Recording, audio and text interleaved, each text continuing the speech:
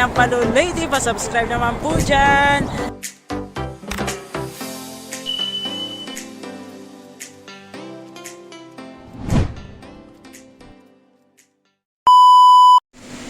Hello guys! For today's video, magluluto po ako ng aming ulam. Ang pangalan po nito ay Spicy Fish Fillet with Butter Sauce. Tara guys, samahan niyo po ako. Yan po ang aking isda. Bali, drainin ko muna yan siya para mag-soak talaga yung ilalagay ko sa fillet na yan. Ang aking ingredients ay mayroon po akong salt, chili powder po yan, at saka ito garlic powder. Ayan guys, after ng marination, lalagyan po natin siya ng all-purpose flour, saka pipituhin po.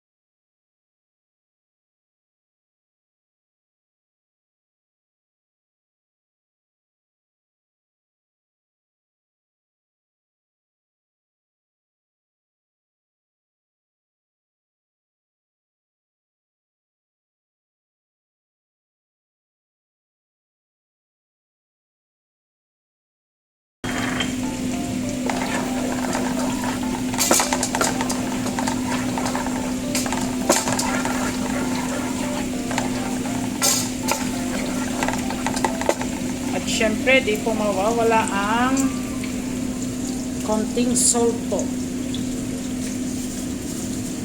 My kind of version na. Guys. And then, ang masarap po dito, lagyan po natin ng soy sauce. Konting soy sauce lang po.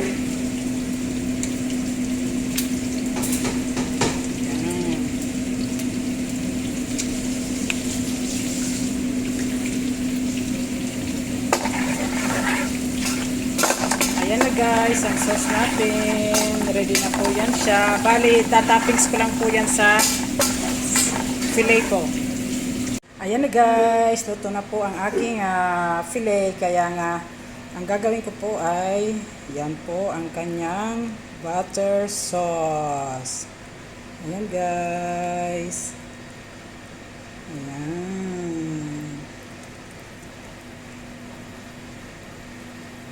My version, guys. Cooking. Ready na po yan. Lunch time na ng mga kasama ko dito. Kakain na po kami. Ayan na guys. Happy lunch time everyone. Mabuhay po ang mga OFW.